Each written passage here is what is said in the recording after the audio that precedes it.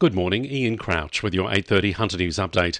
A truck driver has suffered serious arm and leg injuries after his rig overturned on the M1 at Cooranbong this morning. The crash occurred in the northbound lanes near Newport Road just before 4:45. New South Wales Ambulance says the driver was trapped for a short time before being released and taken by road to the John Hunter in a serious condition. The northbound lanes of the motorway are closed with diversions in place. Police are preparing a report for the coroner after a man died at an Upper Hunter coal mine yesterday. Emergency services were called to the United Wombo mine at Warkworth just before 1 p.m. A man in his 50s died at the scene and is yet to be formally identified. In a statement, a spokesperson for mine co-owner Glencore said the man died following a mobile equipment accident and mining operations at the site have been suspended. The mine's owners, the Minerals Council, the Mining Union and local MPs have labelled the incident a tragedy. A man has died after being pulled from the water at 1 Mile Beach. Police and paramedics were called to the area at about 11:15 yesterday morning after receiving reports of an unresponsive person in the water. A 69-year-old man was pulled from the water by members of the public. Paramedics treated the man, however he couldn't be revived. Police are investigating the circumstances surrounding the incident. A new planning proposal for land use in the heart of Medowie has been endorsed by Port Stephens Council. The proposal would see the 7.7 hectare site redeveloped for new housing, shops and community services, with an estimated 194 homes slated for possible construction. New land use, lot size and building height guidelines will also be enacted as the proposal undergoes rezoning. Mayor Leah Anderson says the door is open for new developments in the area. The next steps would now mean that council is in a position to receive a development application.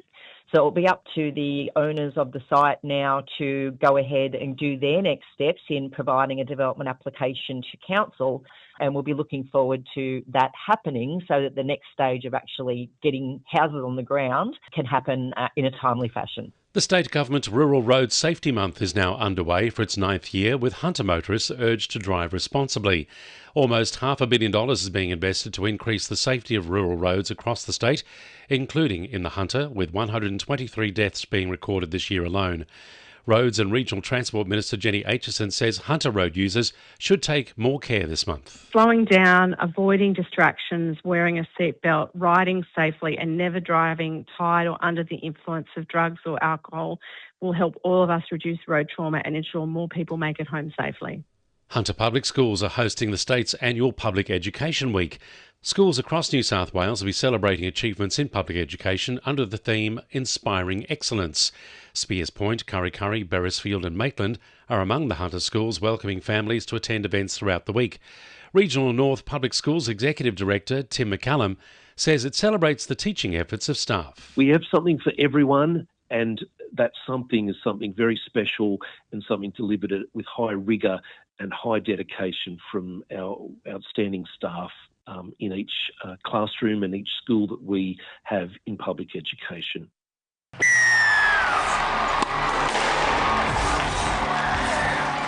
To NURFM Sport. Knights young gun Francis Manu-Leilua's electric run of form has caught the attention of Origin coach Billy Slater. Manu-Leilua has become a regular fixture in the back row recently, with his latest performance against the Broncos boasting all 80 minutes played, 31 tackles and even 1 try assist. Speaking on his podcast yesterday, Billy Slater said the 22-year-old's potential is huge. Francis Manu-Leilua. Remember that name. That's why I've got to get it right. Remember that name because he's only just come on the scene this year. I don't know how many first grade games he's played, probably a handful. And he is doing some special things.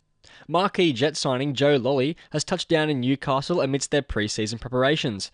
He's currently expected to make his debut for the club when AFC Champions League elite play begins. Lolly says he's excited to fit in with their attack-first play style. Anyone who watched Newcastle last year firstly admired the way that they played and you know, everyone wants to be a part of attacking football, no more so than attacking players who want to score goals and create and get on the ball.